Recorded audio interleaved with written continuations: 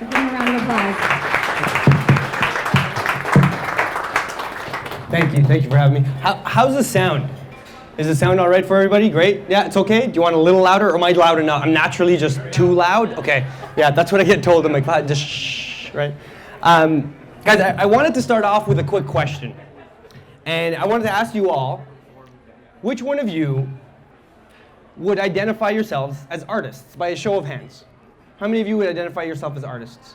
So let's look around the room. You got 1, 2, 3, 4. I got a hand that kind of went up. So that's maybe what, 5, 6, 7% of the room. And I want you to take that thought. We're going to put it right here. I'm going to come back to this thought. A gentleman by the name of Gordon Mackenzie is actually famously known for a lot of the writings he had for the Hallmark cards. You guys, the Hallmark, there's actually a real science and art that goes behind all the writings in these Hallmark cards. But Gordon Mackenzie did a lot more than that. He was a consultant, he did a lot of the creative fundraising, he did a lot of creative work, and he actually took on a little study. He would go into schools and he would ask kindergarten children how many of them are artists. And how many do you think put their hand up? Every single one, right? All of them just like, me, I'm the artist.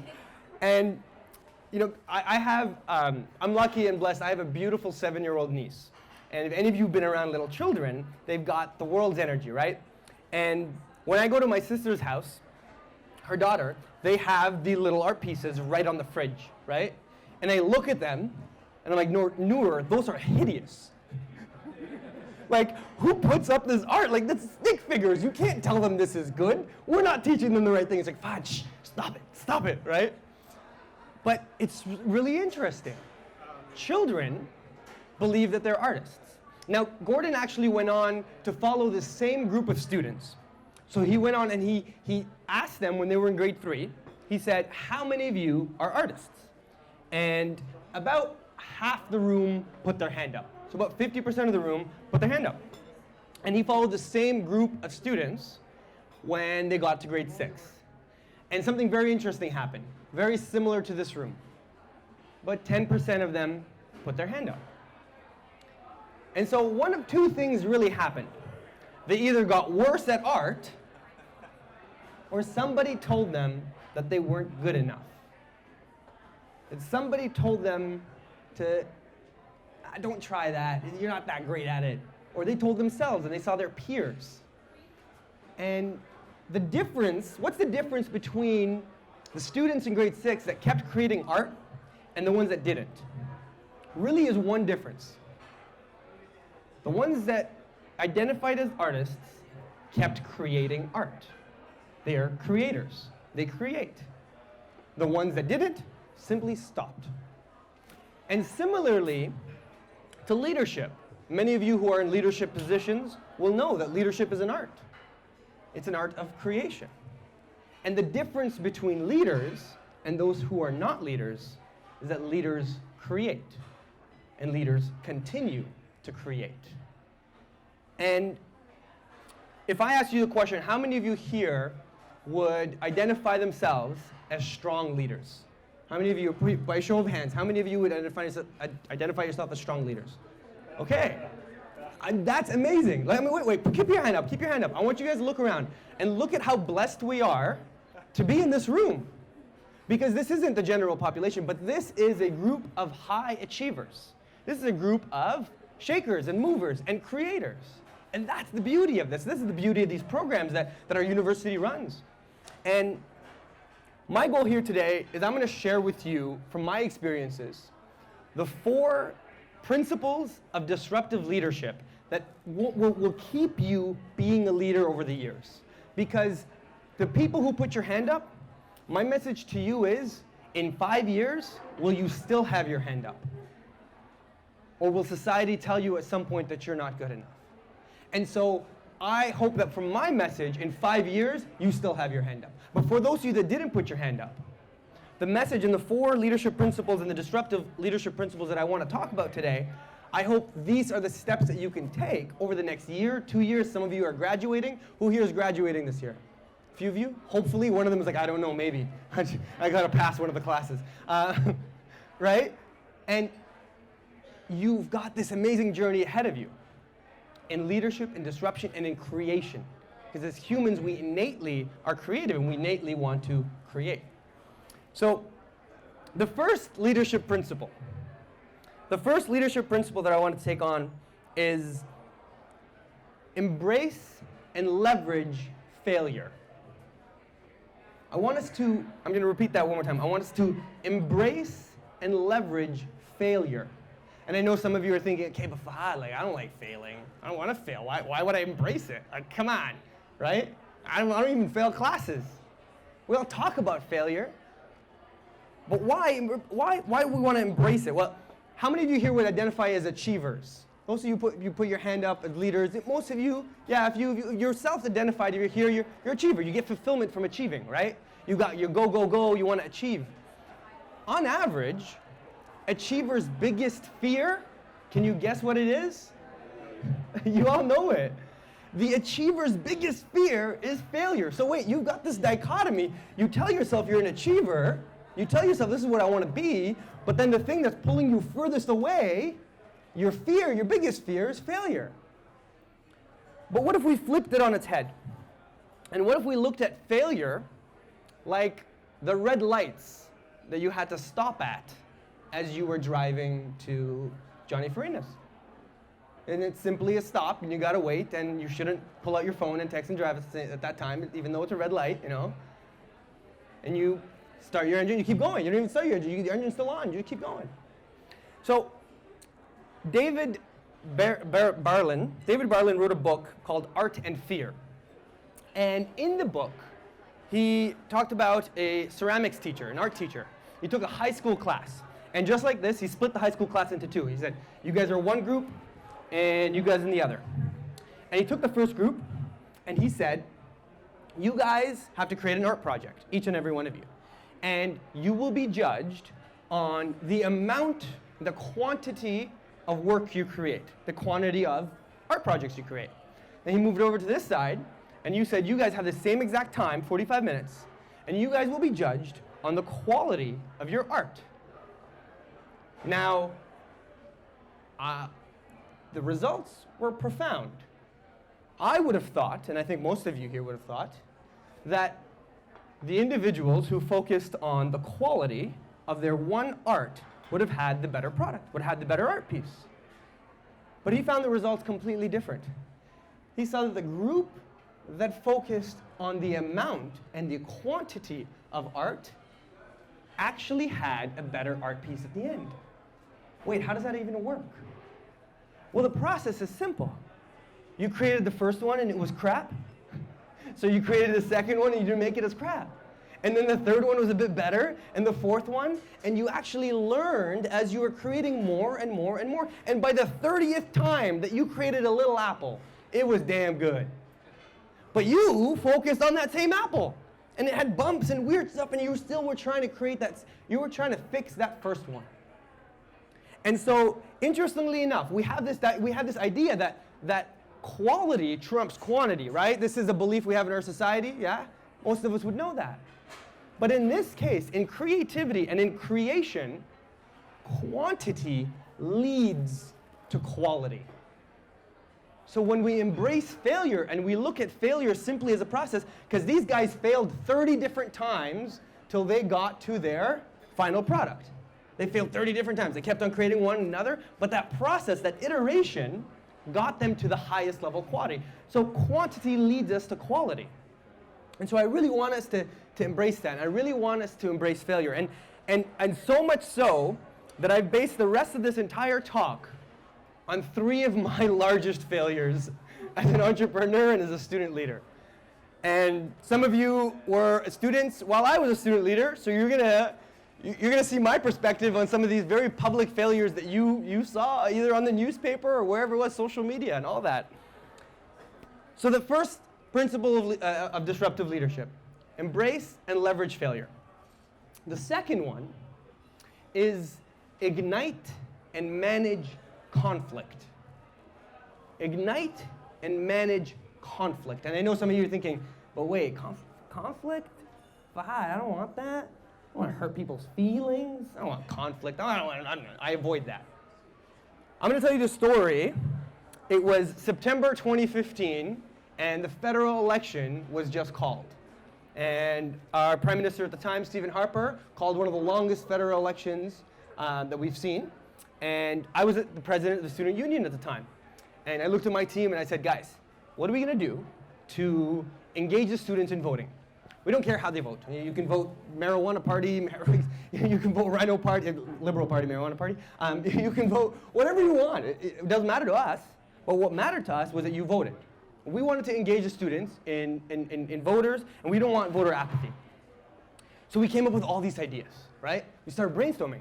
We embraced the concept of failure. So we're going to try so many different ideas. We're going to try this. We're going to try and we're going to bring the polls on campus. We're going to work with the Alumni Association. We're going to work with the Student Experience Office. We're going to work with all these clubs. We're going to bring them. And then one night, we hit on what we thought was pure genius. We said, we're going to make a music video. To this day, I don't live that moment down. So we said we're going to make a music video. And some of the students are laughing because they're like, I remember that. We said we're going to make a music video. And so we started writing. Oh, I'm going to, I felt like a rap artist. I was like, what are my lines? What are my bars that I'm going to spit? How am I gonna go through this? We started looking at different songs that we could remix. We contacted one of our friends who had a studio. We had a camera crew, everything. We said, we're gonna go all out. We're gonna make this top line production. We're gonna make a music video because it's gonna engage all the students who don't usually get engaged. And that second night, we stumbled on the video that we were gonna use, the existing music video. Who here has heard of the song, I'm on a Boat? For the younger audience, okay, yeah, you guys all know it. For the older audience, it is kind of a parody song, but it's a funny song about a wannabe a rapper that kind of makes raps on just jokes, and he's on a boat with T-Pain, right? T-Pain is it? Yeah, he's on a boat with T-Pain, and he's just rapping how I'm on a boat, I'm on a boat, and then there's like a million swear words, like mother, I'm on a boat, just keeps going, right? But the idea is like he's just so proud of this, but. We thought, easy, I'm on a boat, I'm gonna vote. Pure genius. I know, we never thought of that. And we decided, for the beauty of marketing, that we were not gonna take out a single word of profanity. Not take out, we kept every single word of profanity because we're students and we're edgy marketing, yeah, it's gonna be awesome. And we posted it we got it filmed, we got it done, and we posted it the next day. And man, did it blow up. 60,000 views in 2 days. 60,000 views. I've never gotten any of the kind of views like that in anything else I've done.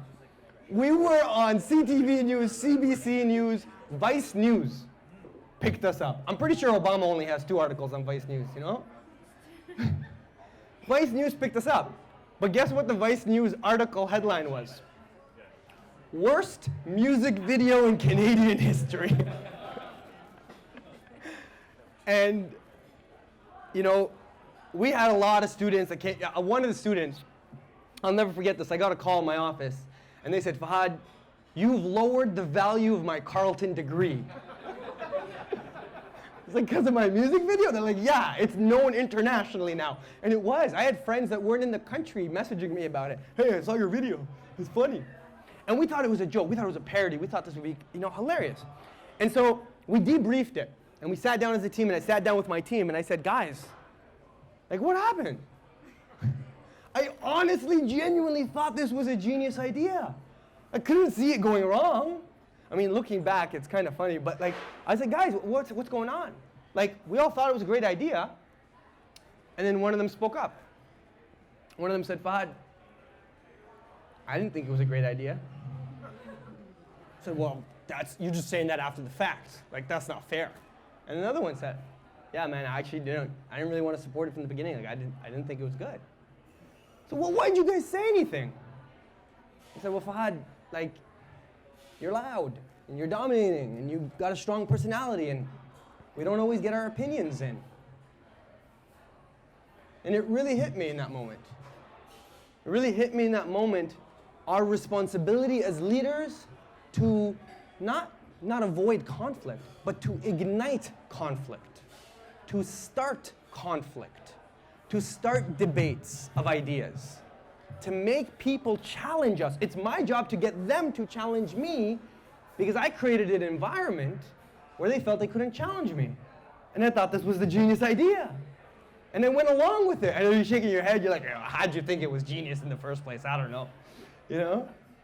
But when we create environments that are groupthink, and we don't have differing opinions, because we like people who are similar to us. It's natural, right? We like people who are similar to us or people that we want to be like, right? And we surround ourselves with that. And we don't like differing opinions. Oh my God, you always argue the ideas. You're always arguing. You're such a devil's advocate. Well, we want devil's advocate because they allow us to take conflict. What does conflict give us? It gives us the journey to the truth. Consensus building is not always the best idea. But molding consensus, figuring that out, pulling it apart. And so that's the next disruptive leadership lesson. It's igniting conflict and managing conflict. Igniting and managing conflict. And when we embrace failure, when we embrace and leverage failure, we can then ignite conflict. Because then it's okay when an idea fails at the table. Because it's not personal. Because we're part of the iterative process. So, third principle leadership of disruption. Third principle leadership of disruption is to thrive in the line of fire. I want you to stick with me on this one. Thrive in the line of fire. For those of you that put your hand up as leaders, have you ever gotten credit for trying something and failing? Generally speaking, generally speaking, leaders are measured by their successes. If you succeed, you're a great leader. Good job. But trying is not given a pat on the back. Attempting something big and trying to figure it out is not given a pat on the back. And so we avoid the line of fire. But instead, I want you to thrive in it. I want you to think about this line of fire. I want you to thrive in it. I'm going to give you the example, actually, from last year in my time in the student union. We had really come in at a problem. And the problem that we had identified as student union was that there was not enough student space. We said there wasn't enough study space for what we wanted. There wasn't enough recreational space. There wasn't enough space for our services. There wasn't enough space for all the different activities we wanted to do. And we used to have more space, but as the campus, as different services grew, our space as a student union shrunk. And so we were visiting UBC, and we were visiting these other campuses, and it hit us. Wow. We want to create something magical. We want to create a student union building. Yeah. Create a new building on campus for students. That's genius. And we did the market research. We went to the university, we sat down with the university. We got designers and architects. The university spent over $150,000 to design this entire project. We had even like VR headsets. You could put it on and you could like walk through the building. I'm pretty sure you weren't supposed to walk, you were just supposed to press the button, but you felt like walking, right? And you could walk through the building, and it was really cool. And we wanted to do this whole immersive process of what it could be. But it was obviously going to cost the students money. So what did we have to do? We had to run a referendum. We have to ask the students, are they willing to pay for the extra dollars that's going to go to build this building? And we built this entirely huge campaign. Like, the details, it was huge. We had months and months of planning and the marketing and the videos and everything because we were like, we're embracing failure.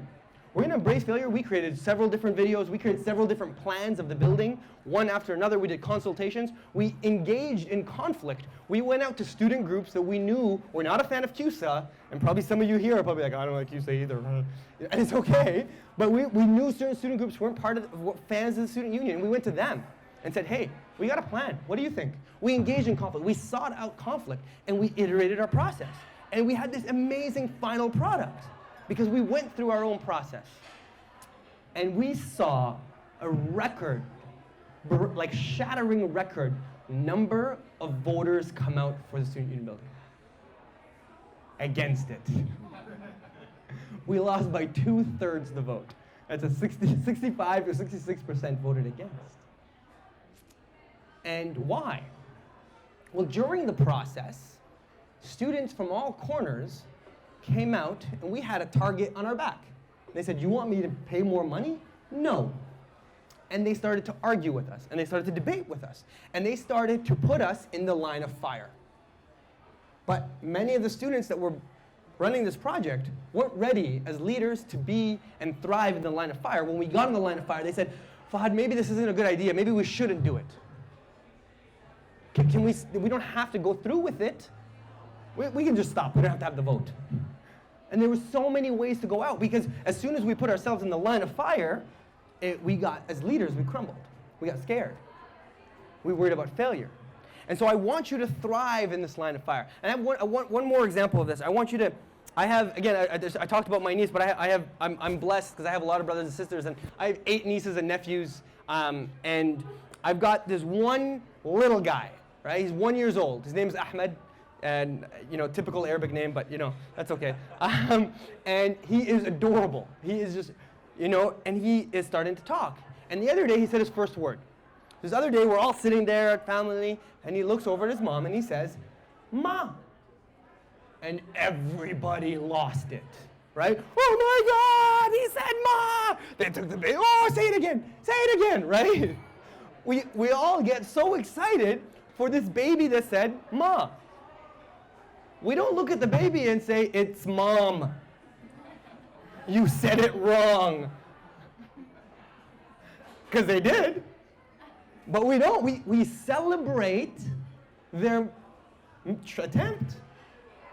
It's not a mistake, it's an attempt. You're getting there. We celebrate them because they said "Ma." And I want you to ask yourself, when the last time you celebrated a failure or an attempt?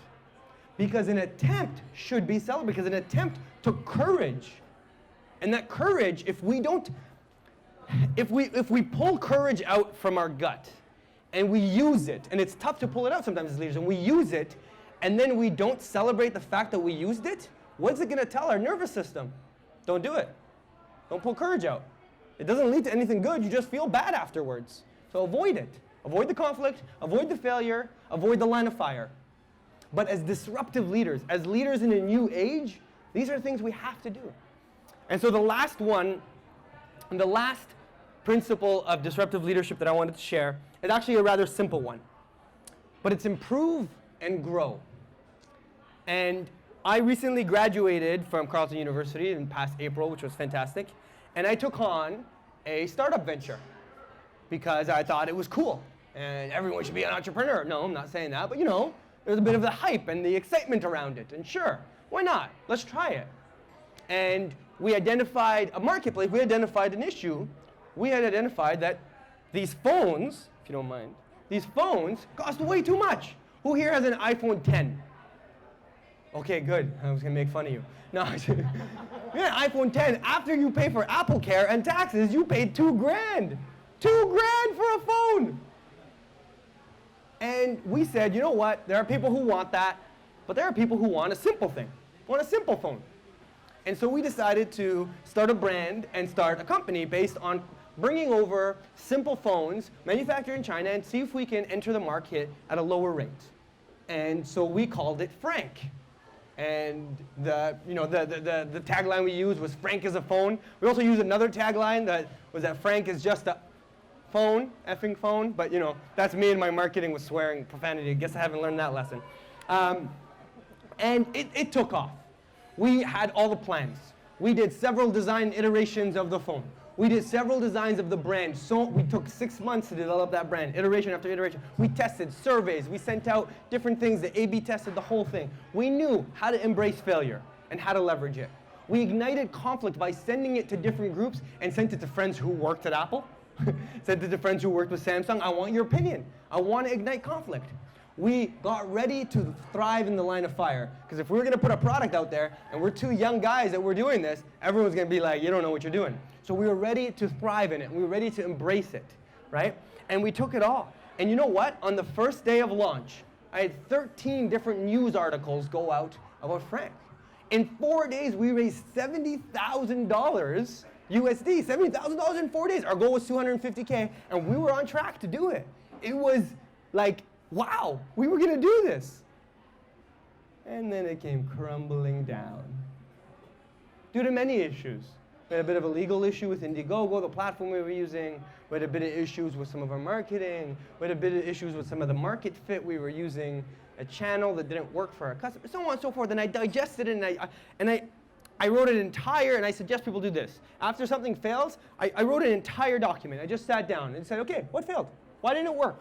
And I wrote, and I wrote, and I wrote, and I wrote. But there was one thing that it came to, is that the company I was working with, the 5 people that we brought together to do this, somehow developed all my bad habits. They showed up late to meetings. Deadlines were suggestions, you know. They overlooked details because I'm not a detail-oriented person. Their habits became mine. My habits became theirs. And I was bewildered by it. And as I kind of dug into it, I learned this principle is based on the fact that your company, your organizations, your culture that you create, whatever you create will take on your personal habits. And so what we must do as leaders, which is the basic foundation and the simplest rule of them all, is that self-leadership comes before anything. And that as individuals, we must improve our leadership. We must grow, we must improve, and we must continuously look at ways to grow and improve. Whether that's through books, whether that's audio programs, whether that's seminars. When is the last time you immersed yourself in learning? And I'm not talking about school. I'm not talking about learning your physics assignments. I'm talking about personal development. When's the last time you looked inward? What are my strengths? What can I do? What do I want to learn? How do I improve myself? And unless I was able to fix that, even though I knew all these principles and I knew all the things I needed to do, I wasn't able to launch this product. And so I wrap that up with those four fundamental disruptive leadership principles. But a question that always asks me is like, Fahd, why do we need more leaders? Fahd, why do we need to create ambitious, agile, or disruptive leaders? We are in the single most exciting age of our time. At the turn of the 18th century, when we got in the 1900s, we had the Industrial Revolution, the greatest revolution of our time that disrupted every single market. Everything changed in the world, where we lived, how we interacted with machinery, how we got our foods, everything changed. And at the turn of the 2000s, we've taken on the technological revolution. In our own lifetimes, in 5 years, and some of us are young in this room, in 5 years, everything changed. What? 5 years, how we communicate changed. I look at the first iPhone that came out and I laugh. That was garbage, you know? And we all know this, but we're in a technological revolution where technology moving faster than our lawmakers. Our politicians can't keep up with what's happening in the Bay Area. And our refugee crisis is the largest we've ever seen in the world. The environmental crisis that we have is one of the most significant in the world. And so we, as young leaders, this is, we're so-called the entitled generation. Well, we're gonna inherit this world and all its problems, and we are inheriting it. And so the question is, how are we gonna solve tomorrow's problems if we're stuck using yesterday's principles? So we have to think of new ways to disrupt. Leaders that not only put out fires, but start fires and start new ideas. And so I challenge you to embrace these leadership principles, to embrace failure, to leverage failure, to ignite conflict, to thrive, truly thrive in the line of fire, and finally, to learn and grow. Thank you for your time.